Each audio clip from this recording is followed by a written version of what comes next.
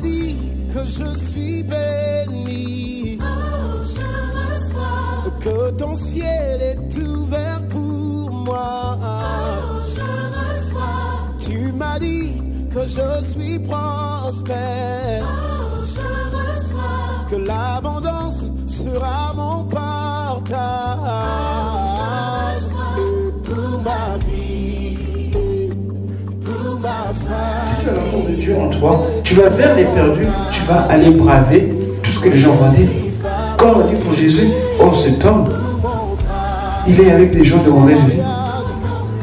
Ça doit pas se parler de toi, mais ça ne doit pas t'arrêter.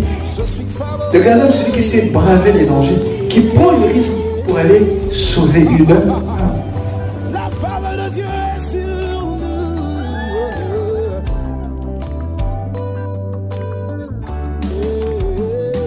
Tu m'as dit que je suis Alléluia.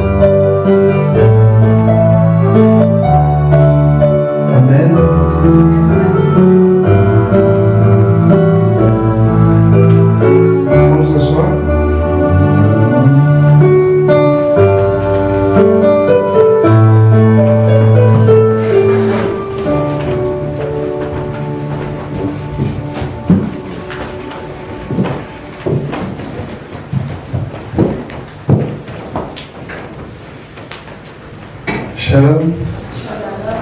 Bonjour à tous et à toutes.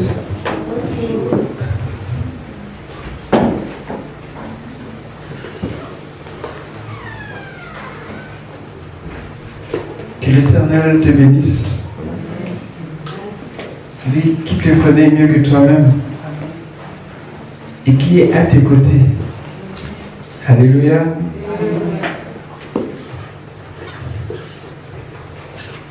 David disait que l'Éternel est mon ombre à ma main droite. Ça veut dire que l'Éternel ne te quittera jamais. Il sera toujours près de toi. Et tu peux compter sur lui.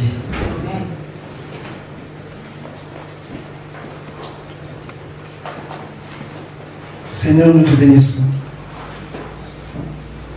Merci d'exercer nos oreilles à l'écoute de ta parole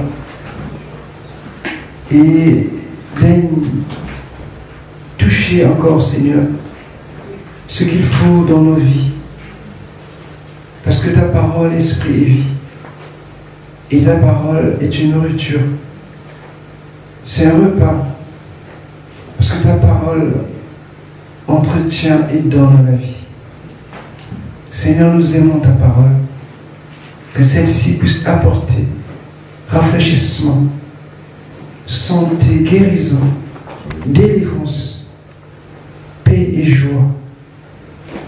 C'est ce que ta parole nous donne. Et par-dessus, nous voulons une fraîche révélation de ta présence parmi nous ce matin. Au nom de Jésus. Amen. Je vais parler du levain des Sadducéens. Et nous allons lire dans Marc 12, 16 à 27. Je pourrais simplement parler des Sadducéens, mais j'ai ajouté levain parce qu'il est question de leur attitude et de leur doctrine. Amen. Les Sadducéens. Marc 12, 16 à 27, on aura assez de versets à parcourir. D'autres, on va les noter tout simplement. Et pour ceux qui auront du temps de les relire à la maison, ce serait une très bonne chose. Amen. Marc 12, le verset 16 à 27, je lis au nom du Seigneur. Amen. Ils emportèrent un, et Jésus leur demanda de qui sont cette effigie. Non, pardon, pas. C'est 18. Excuse-moi, 18. 18 à 27. 12, 18 à 27. Oui, c'est bien ça. 18 à 27. Les Sadducéens qui disent qu'il n'y a point de résurrection vinrent auprès de Jésus et lui firent cette question. Maître, voici ce que Moïse vous a prescrit: si le frère de quelqu'un meurt et laisse une femme sans avoir d'enfant, son frère épousera sa veuve et suscitera une postérité à son frère. Or, il y avait 7 frères. Le premier se maria et mourut sans laisser de postérité. Le second prit la veuve pour femme et mourut sans laisser de postérité. Il en fut de même du troisième, et aucun des 7 ne laissa de postérité. Après eux tous, la femme mourut aussi, à la résurrection duquel d'entre eux sera-t-elle la femme, car les 7 l'ont eu pour femme. Jésus leur répondit: n'êtes-vous pas dans l'erreur parce que vous ne comprenez ni les Écritures ni la puissance de Dieu? Car à la résurrection des morts, les hommes ne prendront point de femmes, ni les femmes de mari, mais ils seront comme les anges dans les cieux. Pour ce qui est de la résurrection des morts, n'avez-vous pas lu dans le livre de Moïse ce que Dieu lui dit à propos du buisson: je suis le Dieu d'Abraham, le Dieu d'Isaac et le Dieu de Jacob. Dieu n'est pas Dieu des morts, mais des vivants. Vous êtes grandement dans l'erreur. Amen. Amen. Mon Dieu n'est pas mort, il est vivant. Mon Dieu n'est pas mort. Qui vous a dit que Dieu était mort? Alléluia. Amen. Dieu ne s'occupe pas des morts. Dieu s'occupe des vivants. Nous sommes ici parce que Dieu est vivant. Et nous sommes vivants parce que Dieu vit. Amen. Donc je parlais des Sadducéens. Et là, on nous parle de leur approche de la parole vis-à-vis de Jésus. Remarquez bien que dans ce chapitre, Jésus répond d'abord aux Hérodiens et aux pharisiens, ensuite aux Sadducéens, et après il pose des questions concernant ce qu'il est, sa nature. Et dans ce chapitre, il est intéressant parce que Jésus est confronté à plusieurs opinions. Amen. Beaucoup d'enfants de Dieu ont des opinions diverses, c'est normal. Mais seule la vérité est dans la parole de Dieu. Mes opinions, ou ce que je pense, ne peut pas être au même niveau que la parole de Dieu. Ici, en Europe ou en France, pratiquement chacun a son opinion. Alléluia. Sur tout et sur rien. Parfois, c'est agaçant. Quand vous suivez le journal, on pose des questions à des personnes qu'on ne pouvait même pas poser des questions.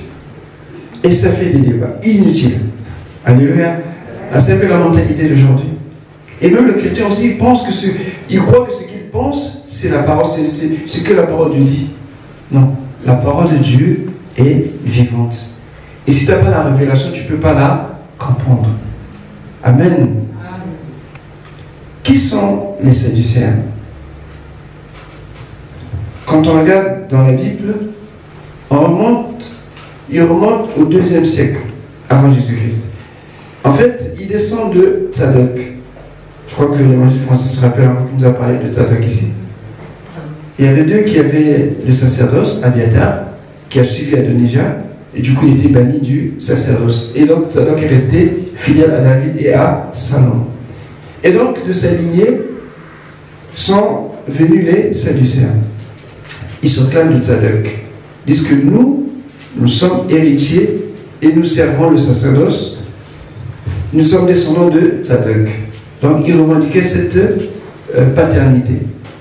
Mais ce n'est pas que ça. Amen. Parce que quand on voit Tzadok, il a suivi, il était fidèle dans la maison du Seigneur. Qui sont-ils? Les Sadducéens sont les plus riches, les plus aisés, les plus influents, bref, les plus aristocratiques de la classe bourgeoise au niveau des sectes spirituelles qui étaient en Israël en ce temps-là. Il y avait des pharisiens, et il y avait les Sadducéens, il y avait des hérodiens. Les hérodiens, c'est plus ou moins politique, parce qu'ils se défendaient les intérêts d'Hérode. Ils voulaient que Hérode remplace le gouverneur romain qui était là. Donc, ils défendaient ses intérêts. Et tout cela se trouvait au niveau du Sanhédrin.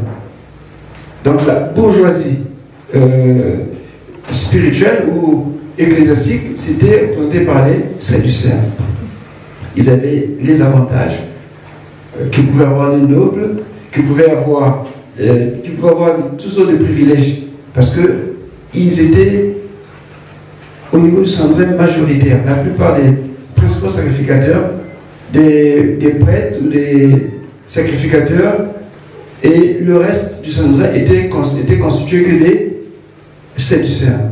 Les pharisiens n'étaient pas trop nombreux, mais ils étaient appréciés par le peuple. Mais dans le temple, ce que faisait la loi, c'était les Sanhédrins. La plupart du temps, ils ne s'entendaient pas souvent. C'était rare. Mais pour Jésus, pour le condamner, ils se sont tous mis d'accord. Amen. Amen. Donc, ils avaient aussi le contrôle du commerce dans l'enceinte du temple.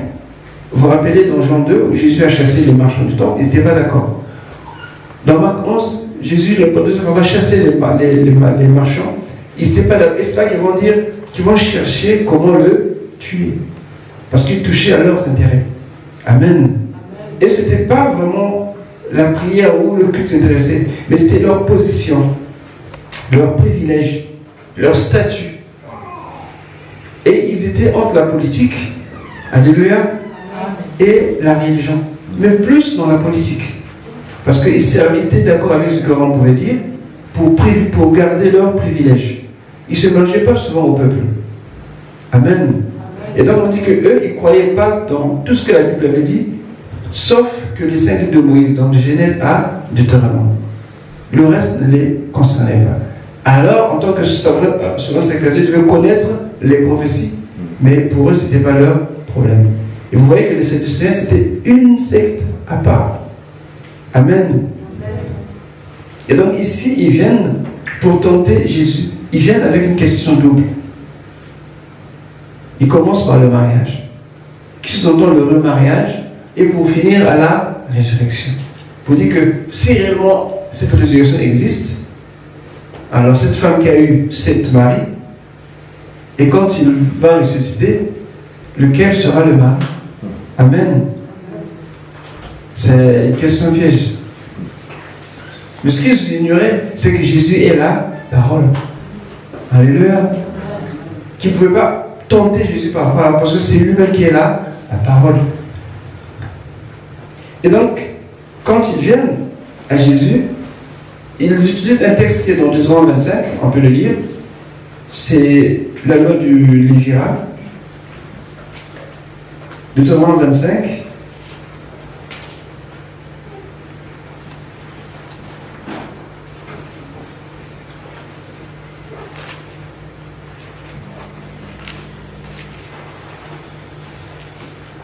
Le verset 5 à 6. La question qu'il pose à Jésus est tirée de cette interprétation de la loi de Moïse. Je lis au nom du Seigneur. Deutéronome 25, 5 à 6. Lorsque les frères demeureront ensemble et que l'un d'eux mourra sans laisser de fils, la femme du défunt ne se mariera point au dehors à un étranger. Mais son beau-frère ira vers elle et la prendra pour femme et l'épousera comme beau-frère. Le premier-né qu'elle enfantera succédera au frère mort et portera son nom, afin que ce nom ne soit pas effacé d'Israël. Amen. Amen. C'était la loi du Lévirat. Mais aujourd'hui, cette loi n'est plus, je dirais, acceptée. Pourquoi? Parce que les rapports ont beaucoup évolué. Amen. En ce temps-là, ça peut se comprendre. Mais aujourd'hui, non. Vous imaginez que ça, c'était propre à Israël. Amen. Donc ne dis pas que, parce que mon frère va mourir, moi je vais remplacer sa femme. Non. Ne pense même pas un seul instant. C'est pour ça que tu ne vas pas te marier, tu attends. Tu as tort. Amen. Ah, tu veux qu'on fasse tout le boulot pour toi, c'est pour que tu récupères à la fin? Non, ça ne marche pas comme ça. Donc, pour les Sadducéens, cette loi qu'ils mettaient en vigueur, en ce temps-là, bien sûr, ils voulaient piéger Jésus avec cette loi. Effectivement, la loi le dit. Et donc, Jésus, toi, qu'est-ce que tu dis par rapport à cela? Puisque les 7 l'ont eu comme épouse. Amen. Ça, c'est la manière dont il raisonnait. Et si Jésus répond rapidement, il ne met pas longtemps, et il ne prend pas de verset, il dit que à la résurrection, il n'y aura pas de mari et de femme. Parce qu'il ne comprenait pas la puissance de l'Écriture. Il ne connaissait pas l'absence de Dieu. Il servait Dieu sans connaître qui est réellement Dieu. Beaucoup de chrétiens comme ça. Ils servent le Seigneur mais ne connaissent pas la puissance de Dieu. Il y en a même qui arrivent à ignorer Dieu ou à mépriser Dieu. Parce qu'ils ne comprennent pas. Les pharisiens croyaient, c'est un pensaient que servir le Seigneur, mais ils ont choisi eux-mêmes de se limiter qu'aux 5 livres de la loi. Mais ils peuvent avoir la révélation que les prophètes avaient apportée. C'était difficile. Alléluia. Donc, ils posent la question à Jésus. Jésus leur répond que à la résurrection, les choses vont changer. On va vivre, on va connaître un autre état. Ce n'est pas ce que nous vivons aujourd'hui. Si nous sommes dans ce corps, Dieu l'a dit, pour pouvoir se multiplier, se reproduire, on a besoin de ce corps. Mais au ciel, ça sera différent. Alléluia. Amen. Très différent. Et on doit avoir peur aussi parce que, mais après, qu'est-ce qui va se passer? Non. Ce qui est là-bas, l'ennemi, Jésus n'a jamais décrit le paradis. Mais c'est une surprise qu'il nous réserve. Amen. Nous devons avoir cette joie quand nous irons là-bas, parce que nous allons voir dépasser de loin ce que nous voyons ici. Amen. Mais pour les raisons de ce que Dieu a fait à la création, il était bien. Et il est bien que l'homme et la femme puissent se marier et avoir des enfants. Mais au ciel, ça va changer. Et je répète, on va se reconnaître. Mais nos rapports vont complètement changer. Alléluia. Et donc, pour eux, tellement ils étaient dans cette logique de tournement, ils disaient que la résurrection n'a pas de... Ça ne peut pas se faire. Parce que sinon, cette parole, comment elle va se vivre là-bas? Mais c'est qu'ils étaient limités dans leur compréhension. C'est ce que Jésus va leur dire, qu'à la résurrection, on ne prendra ni homme, ni mari, ni épouse. Et là, Jésus parle rapide, parce qu'il ne voulait pas revenir sur le mariage et le remariage. Vous savez, dans certaines églises, il y a des gens qui se battent. Faut-il se remarier ou pas? Alléluia. Ils imposent aux gens de se marier ou de ne pas se marier. Laissez les gens libres. Même si c'est un cas de divorce, mais il faut voir, il y a des conditions. Alléluia. Vous savez que vous pouvez épouser quelqu'un, vous savez parce que 2 ans, 3 ans après, vous allez vous retrouver avec un karatéka. Et chaque matin, c'est compliqué. Alléluia. Vous savez qu'il y a des séquences dans la vie qui font que ce n'est pas toujours ce que l'on veut, mais parfois il arrive que des choses changent et des situations se deviennent. Voilà, il faut savoir s'adapter. C'est pour ça que Jésus n'a jamais condamné qui que ce soit. Alléluia. Même les églises où on vous dit non, quand tu es marié, ça peut marcher plutôt marié, mais vous punissez la personne. Et la personne va aller faire quoi? Il va aller le faire en secret. Et ça va être une pierre d'achoppement pour sa conscience. Et pour les frères et les sœurs qui vont rester là-bas, qui vont le voir. Alors qu'il n'en est pas question. Libérez les gens, s'il vous plaît. Affranchissez-les par la parole de Dieu qui est la vérité. Et donc, Jésus revient sur la première question concernant la résurrection. Parce que pour eux, ils ont préféré passer par le mariage. Non, ce n'est pas le mobile. Mais le vrai problème, Jésus revient avec eux pour la résurrection. Il dit, quand vous connaissez que le siècle de Moïse, eh bien, dans le siècle de Moïse, il y a un qui parle de la résurrection, puis que vous ne comprenez pas. Il cite Exode 3, le verset 6 que nous lisons ici.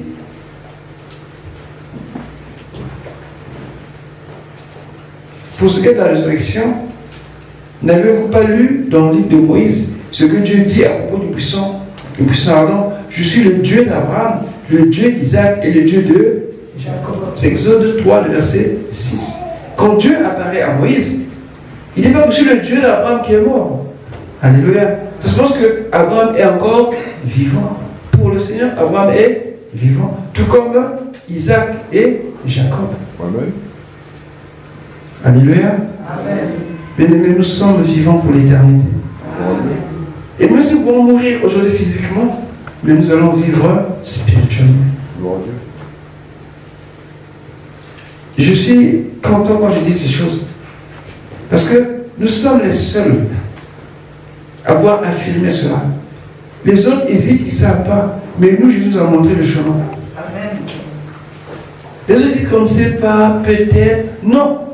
J'ai la vie éternelle. Je suis sauvé. Amen. Mon nom est inscrit dans le livre de vie. La preuve, Jésus est ressuscité. S'il n'était pas ressuscité, je serais perdu, hésitant. Mais Jésus est ressuscité. Notre foi tient à la résurrection. S'il n'y a pas de résurrection, notre foi serait vaine. Comprenez bien cela. Et quand vous en avez besoin dans vos têtes, dans vos cœurs, notre foi réside sur la puissance de la résurrection. Ce n'est pas le discours. Ce n'est pas les œuvres. Mais c'est sur la résurrection de Jésus. Et c'est ça la différence. C'est pour ça que je dis toujours que nous ne sommes pas des religieux. Nous sommes des êtres spirituels. Amen. Et donc, Jésus dit qu'à la résurrection, il y aura un changement radical ou absolu des rapports sous un jour nouveau. On se reconnaîtra, mais on ne sera plus ce que nous sommes. Les choses vont complètement changer. Il leur dit, vous êtes dans l'erreur. Et le verset 27, j'aimerais insister sur ce verset. Dieu n'est pas Dieu des morts, mais des vivants. Vous êtes grandement dans l'erreur. Au verset 4 dit que vous n'êtes-vous pas dans l'erreur parce que vous ne comprenez ni les Écritures ni la puissance de Dieu. Et au verset 27, il réaffirme que vous êtes grandement dans l'erreur. Je pose la question, mais c'est quoi l'erreur finalement? Amen. Jésus ne condamne pas les Sadducéens, mais il dit que vous êtes dans l'erreur. Et dans l'Écriture, il y a deux sortes d'erreurs. Si je peux enlever l'apostasie, parce que l'apostasie, c'est lorsqu'on abandonne la foi, lorsqu'on réunit la foi d'une manière volontaire. Nous avons quelques textes qui parlent de l'apostasie. Ceux qui peuvent noter, 1 Jean 4, 1 Jean 4, 1 à 3, 2 Pierre 2, le verset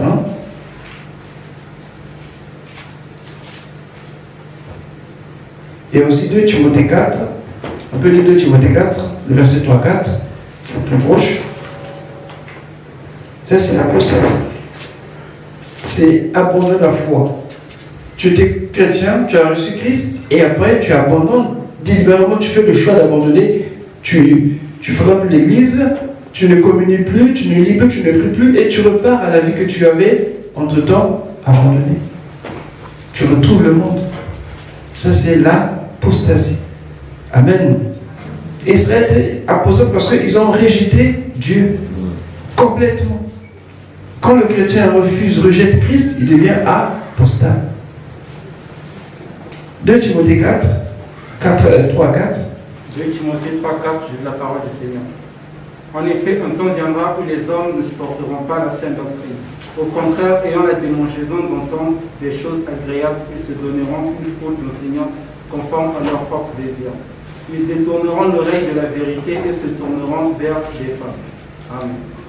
C'est ça l'apostate.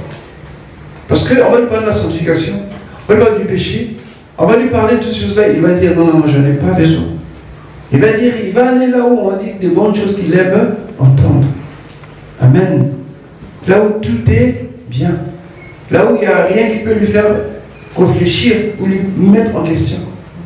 Il va se choisir des faux docteurs qui vont enseigner les rudiments de la tradition, des coutumes, de la morale et toutes ces choses-là.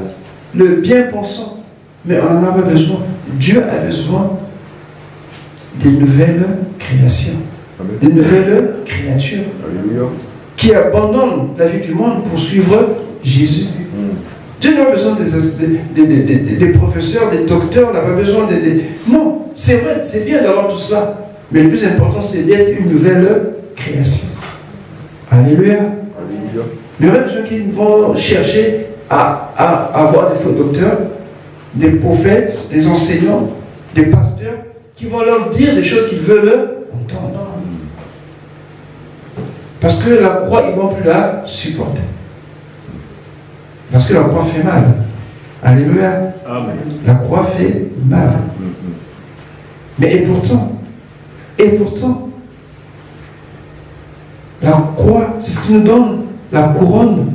C'est ce qui nous introduit auprès du Seigneur. Alléluia. Et non pas les vains discours ou tout ce que le monde peut nous présenter. Mais il y aura des chrétiens, la Bible dit qu'il y aura des chrétiens qui vont abandonner la foi. C'est ça l'apostat. Ou l'apostasie. Amen. Amen. Donc, je viens sur l'erreur. Premièrement, l'erreur, ça peut venir de l'ignorance. Et aussi, parfois, un défaut de connaissance. Ou encore, on peut se tromper. Amen.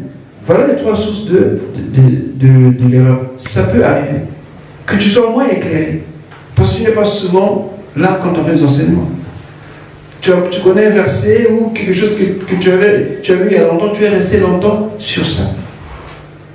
Alléluia. C'est pour ça que c'est important de venir aux enseignements. C'est important de suivre les cultes, c'est important, bien aimé. Je défie quiconque parmi nous va manger tous les jours le même repas jusqu'à sa vieillesse. Je pense qu'il se retrouvera aux urgences. Même si c'est un bon repas. Alléluia. La chose doit être équilibrée et variée. Le dimanche, c'est peu. C'est pour ça qu'on a la semaine où on peut partager la parole de Dieu, prier ensemble. Nous prenons le temps de nous occuper de notre corps physique, mais celui qui est spirituel, c'est à peine. Et l'erreur, justement, c'est ça qu'on fait lorsque on se contente que d'un verset ou d'une révélation. Mais la révélation évolue et ça peut changer. Et nous pouvons voir dans Actes 19, 1 à 6. Et on ira aussi Jean 3, le verset 10. Actes 19, le verset 1 à 6. On voit que ces gens étaient dans l'erreur. Parce qu'ils n'avaient pas la connaissance.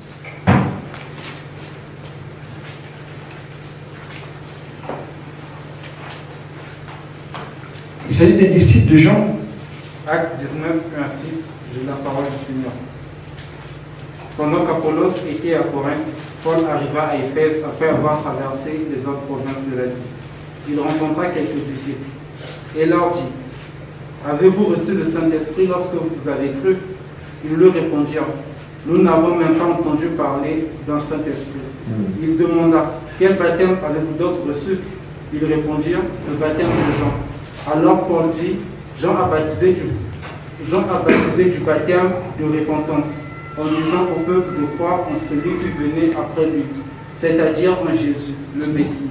Sur ces paroles, ils furent baptisés au nom de Jésus.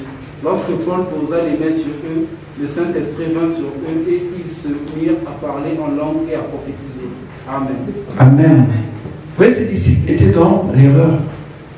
Eux, ça pouvait être, c'est pas, ils se sont trompés, mais ils avaient une sorte de manque d'information. Ils n'étaient pas enseignés, ils n'étaient pas instruits. Amen. Ils étaient dans l'erreur. On peut lire aussi dans Jean 3, 10. Et ça, nous connaissons tous. Mais c'est bien de rappeler cela.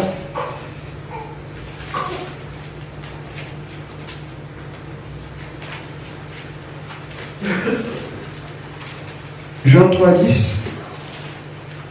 C'est Jésus qui parlait avec Nicodème.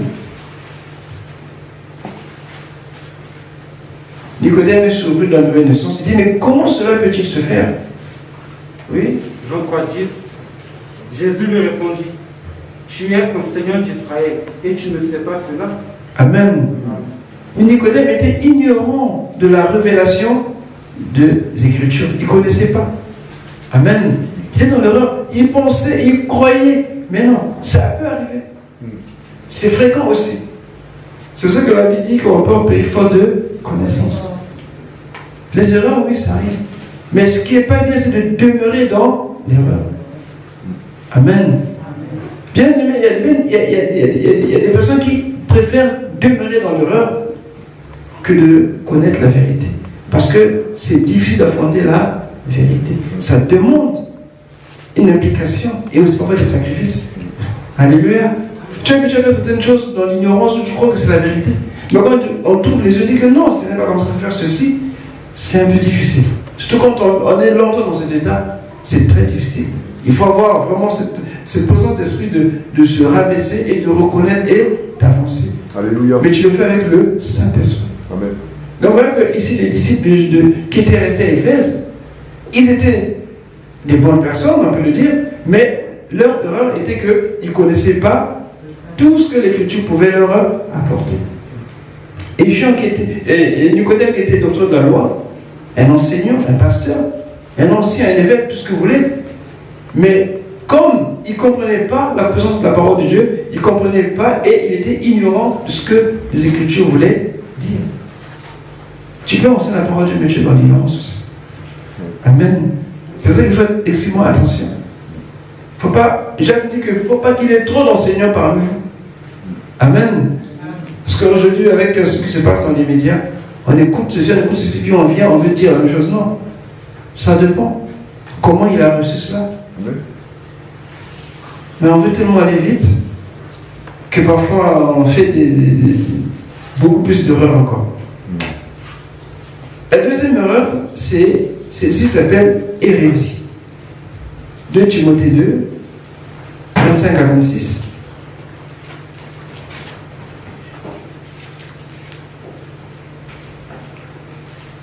« 2 Timothée 2, 25 à 26.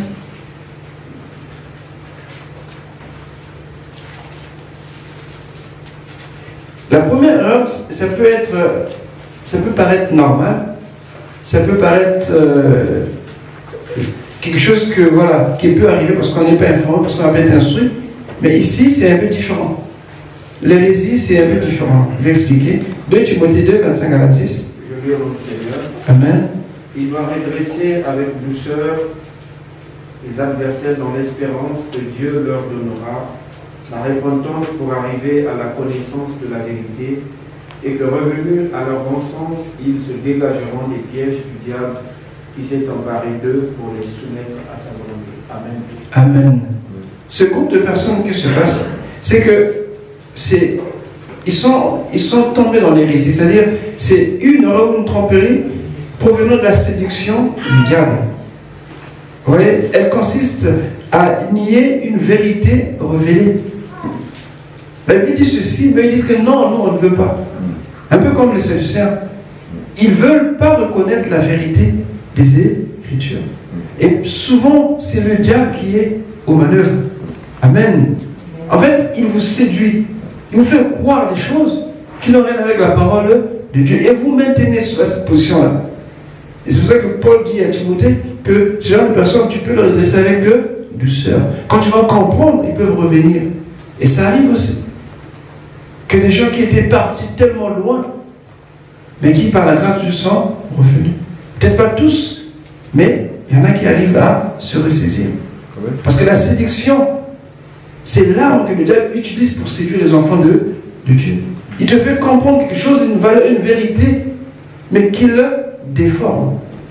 Rappelez-vous, quand le diable a tenté Adam et Ève, il n'a pas inventé. Il a seulement retourné, il a posé une question en retournant ce que Dieu avait dit. Et ça a suffi pour s'aimer le doute. Alléluia. En fait, c'est toujours comme ça. Il vient avec une partie de la vérité qu'il te présente et toi, je t'accroche à cela. C'est qu'il y a des bien-aimés qui, dans la Bible, choisissent. Mais tu ne dois pas choisir. C'est toute la parole que tu dois prendre. Alléluia. Et même si ça te fait mal, tu dois l'accepter. Amen. Cependant, l'erreur et l'hérésie, oui, ça peut arriver, peuvent coexister dans la véritable foi. C'est-à-dire quelqu'un qui est sincère, qui prie vraiment, peut être dans l'erreur, on a vu. Et aussi peut être dans l'hérésie. Ça peut arriver. Mais Dieu, dans sa grâce, fera en sorte qu'il envoie des gens ou que nous-mêmes puisse t'éclairer. C'est des choses qui arrivent. C'est ça quand Jésus parle. Il dit, vous êtes grandement dans l'erreur. Rappelez-vous, dans Acte 15, verset 5, on dit quoi? Que quand Jésus est mort ressuscité, il y a eu beaucoup de gens qui ont cru après. Mais parmi eux, il y avait des pharisiens. Alléluia. Donc, ça veut dire que tu peux revenir au Seigneur en reconnaissant ton erreur. Les pharisiens avaient reconnu que Jésus était le Messie. Alors qu'au départ, ils étaient opposés. Amen. Donc voilà comment dans l'Église, on ne peut pas toujours condamner rapidement. On doit être aussi patient parce qu'on ne progresse pas tous au même niveau. Donc en conclusion, je dirais, Matthieu 16, Jésus nous met en garde contre le levain des Sadducéens et des pharisiens.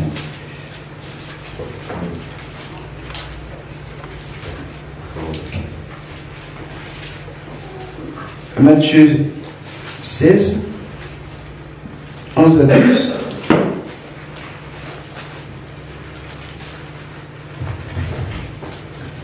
On peut le verset 12. Matthieu 16, du verset 12.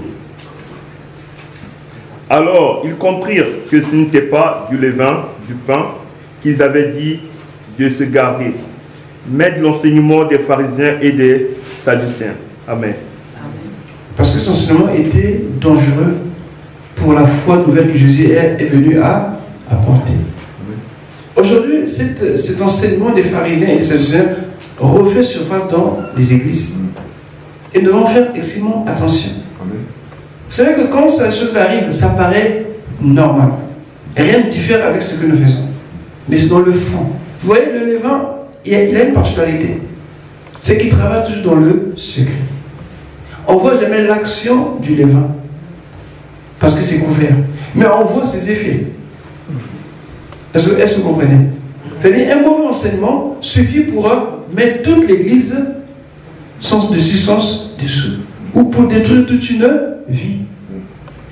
Un petit enseignement, juste un petit enseignement. Mais quand il est faux, il est erroné, il fait des dégâts énormes. Beaucoup d'églises ont éclaté, ont explosé à cause des faux enseignements. Donc le levain, il a cette particularité, on ne le voit pas. Pour faire lever une marmite, par exemple, de cette grandeur-là, il ne suffit pas de prendre 5 ou bien 5 kilos de levain, non, juste un tout petit peu suffit. Mais les conséquences qu'il a, c'est énorme. Et je nous dis de nous méfier de ce genre d'enseignement. Amen. Amen. On a commencé un enseignement de doctrine ici. Bon, on n'arrive pas à avancer parce que souvent on n'a pas les mêmes personnes toujours qui viennent les jeudis. Amen. Mais c'est bien d'avancer parce qu'on doit être enseigné, on doit être édifié sur la parole de Dieu. La parole de Dieu n'ennuie personne. Si tu ennuies la parole de Dieu, ça ne vient pas de Dieu, ça vient du diable. Et tu prends autorité au nom de Jésus. La parole de Dieu, c'est une découverte. C'est une exploration. C'est une joie. David dit que ta parole fait ma joie. Amen. Mais toi, pourquoi tu es plein d'amour? Pourquoi tu te fâches quand tu reviens à l'église ou à la cellule? Pourquoi tu as toujours le front plissé? Sauf quand tu vas en banque, parce que là, tu es content. Mais si tu es plein de gens sans banque, je ne pense pas que tu seras content. Parce qu'il y a un souci. Amen. Amen. Mais avec le Seigneur, c'est pour ton bien. C'est pour que tu sois édifié. Que tu sois formé à la stature de Christ. Amen. Donc le levain, Jésus dit de nous méfier du levain, des sadducéens et des pharisiens. Mais les pharisiens, on sait, le levain des pharisiens, c'est l'hypocrisie. Et je n'ai pas arrêté de leur rappeler cela. Vous êtes des tombeaux blanchis. À l'extérieur, on a mis la peinture blanche, c'est tout propre, mais au fond, c'est des ossements. Amen. En fait, l'hypocrisie, c'est donner une image qu'on n'a pas, une fausse image de soi. Mais là n'est pas le problème. Bon, ici, on est avec les sadducéens. Eux, le problème, c'est quoi les sadducéens?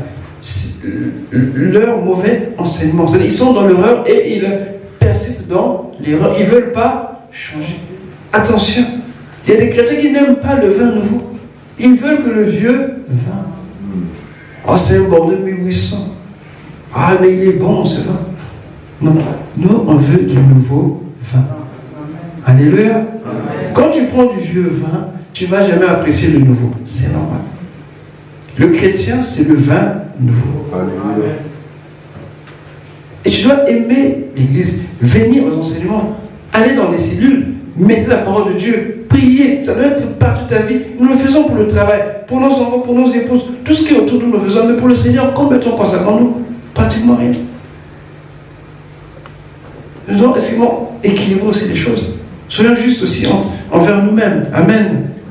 Donc le levain des sadducéens, c'est l'erreur. Garder l'erreur. Ne pas vouloir reconnaître son erreur. La première chose qu'ils faisaient, leur première erreur, c'était ils niaient la résurrection. Ils niaient l'existence des anges. Alors que toute la Bible en parle. Dès la résurrection, le cas d'Élisée, et même quand Jésus cite Exode 3, verset 6, Dieu est un Dieu de vivant. Amen. La résurrection a toujours fait partie de la parole de Dieu. Et les anges aussi sont des messagers que Dieu envoie. Je ne sais pas si vous vous rappelez, vous en avez parlé de Zacharie ici. C'était un partage un jeudi qui était là. Quand il a vu l'ange, il dit que non, mais ta femme va enfanter. Vous vous rappelez? Amen. À votre avis, Zacharie, qu'est-ce qu'il a fait? Il avait douté? Parce que c'est un sadducéen? Parce que c'était des prêtres? Parce que c'est la caste, c'est pratiquement le clergé. C'est eux les sacrificateurs. Alléluia. Amen. Donc lui, il s'est dit que les anges, c'est des histoires. Il a dit que maintenant je sais même un fantôme. Mais il n'a pas dit, certes. Mais dans son cœur, il doutait. Parce qu'il ne croyait pas aux anges. Alléluia. Et quand l'ange l'a su, il a puni. Tu vas être muet. Et il est resté muet jusqu'à ce que l'enfant est né. Amen. Donc vous voyez qu'au niveau tous les sadducéens, pratiquement, ils raisonnent de la même manière. Le temple, c'était leur château fort. Et c'est là qu'ils faisaient la loi. Tout ce qui se passait au temple, c'était pour eux. À l'extérieur, c'était pas leur affaire. À l'extérieur, c'était des pharisiens. Et donc, l'enseignement qu'ils avaient, eux, c'était un enseignement qui était vraiment limité. Erroné à la limite. Encore plus même, mais c'était pas leur affaire. Et ils étaient très matérialistes. Eux, c'était un peu l'ancêtre de l'évangile de la prospérité. Les dégâts que ça fait dans les églises, ça crée des inégalités. Parce que Dieu bénit que certaines personnes, d'autres non. D'autres doivent jeûner et prier. C'est pas juste. Même si moi je dis que c'est pas juste. Alléluia. Il y a des gens qui ont fait des nuits de prière, des veillées, des jeûnes pour soi-disant la prospérité. Bien aimé, non. Cet évangile, c'est pas tout c'est venu, mais ça fait des églises qui sont divisées, qui ont même fini par disparaître à cause de cet évangile. Et ceux qui prêchaient cet évangile, il y en a certains que j'ai vu en tout temps, qui ont repenti, qui ont demandé pardon publiquement. Que ce n'était pas de Dieu. Dieu bénit, Dieu bénit. Mais l'évangile de la prospérité ne vient pas de Dieu. Amen. Parce que ces prêtres, leur manière de s'habiller, leur manière de paraître, ça impressionnait les gens. Vous savez qu'aujourd'hui, même dans certaines assemblées de cette église, il y a un clergé, comment ils sont, c'est avec des habits, avec des tuniques qui vous font même peur. Amen. Vous avez l'impression que, voilà, pour ne pas trop aller. Mais tout ça, bien aimé, nous sommes dans l'ère de l'esprit. On n'a pas besoin de tous ces appareils, on n'en a pas besoin. Amen. Mais parce que c'est l'esprit, c'est l'enseignement des Sadducéens. Ils veulent frapper les yeux, ils veulent paraître. Eux, c'était leur problème. Jésus dit, méfiez-vous de ces personnes. Tu arrives là, papa, pasteur, tu t'es jeûné 2 ou 3 fois pour arriver chez lui. Ah, mais c'est quoi le problème? Tu fais des révérences, il te tend la main, tu dois faire quoi? Un bisou sous son doigt pour la... Mais c'est n'importe quoi. Même Jésus, on n'a pas fait ses honneurs. Mais ça, c'est l'esprit des Sadducéens. Et même dans l'église de réveil, on voit ce genre de comportement, bien aimé. Donc on disait que c'était dans les églises classiques. Non, même dans les églises de réveil, ces choses-là sont rentrées. Faisons attention. L'éveil des pharisiens et des Sadducéens, ils ne s'intéressent pas à la parole de Dieu. Non, c'est pas ça. Mais à leurs intérêts. C'est-à-dire le précise que cette parole leur apporte. Comment ils sont considérés par le peuple? Ils aiment ça. Leur statut, leur réputation.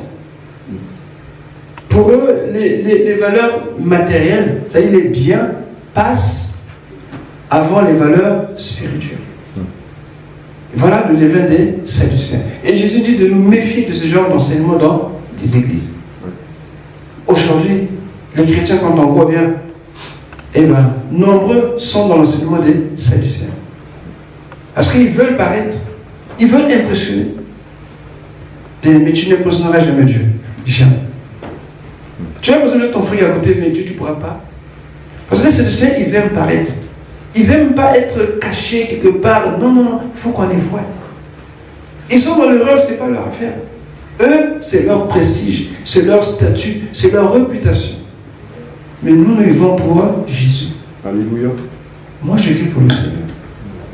Et je veux faire ça volontairement. Amen. Et je suis prêt à me repentir quand je suis dans l'erreur pour revenir sur le droit chemin. Amen. Voilà ce que la Bible nous enseigne sur le levain des Sadducéens. Amen. Amen.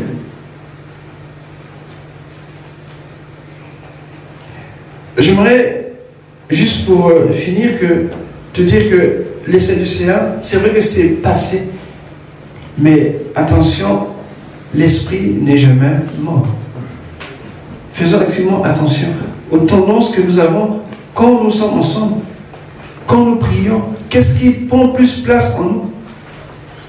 Est-ce que je fais ça pour que mon frère me voie, ma soeur, ou bien pour que Dieu soit glorifié? Amen. Alléluia. C'est subtil, mais faisons extrêmement attention. Je vous dis, méfiez-vous, faites attention, prenez garde au levain des Sadducéens et des pharisiens. Que le Seigneur nous bénisse. On peut se lever.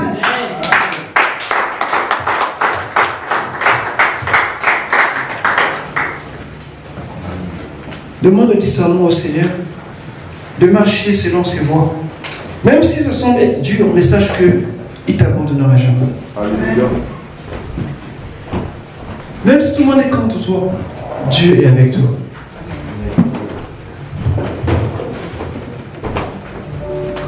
Mais seulement que le monde aime la parole de Dieu dans tout ce qu'elle est. Ne fais pas des choix. Ne choisis pas. Mais prends-la telle que Dieu te la donne. Alléluia. Et lui, il va t'éclairer, il va te conduire. Et foi. Le Seigneur est vivant. Père, nous te rendons gloire.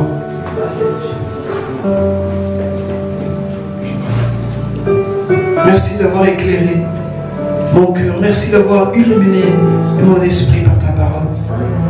Parce que nous savons que l'ennemi rôde comme un lion, cherchant qui dévorer.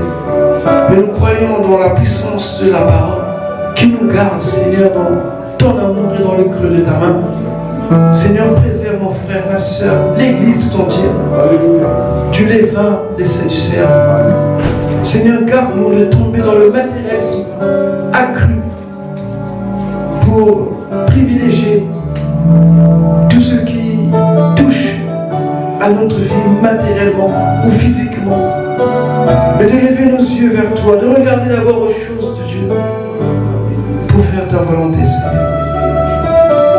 Et garde-nous de la séduction. Oui.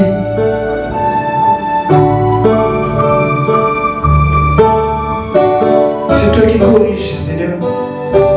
C'est toi qui nous guides. Nous aimons ta correction parce que c'est pour notre bien, Seigneur. Et épargne-nous l'héritage de l'erreur, de l'hérésie, de l'apostasie. Parce que nous sommes dans ces temps où l'ennemi se lève avec colère pour détourner notre foi et pour nous perdre dans ces ruses, dans ces séductions. Seigneur, donne le discernement à ton peuple. Donne le discernement, Seigneur, à réaliser tout ce que nous faisons, d'abord pour ta gloire, par crainte de ton nom et de ton amour en nous, Seigneur. Seigneur, merci.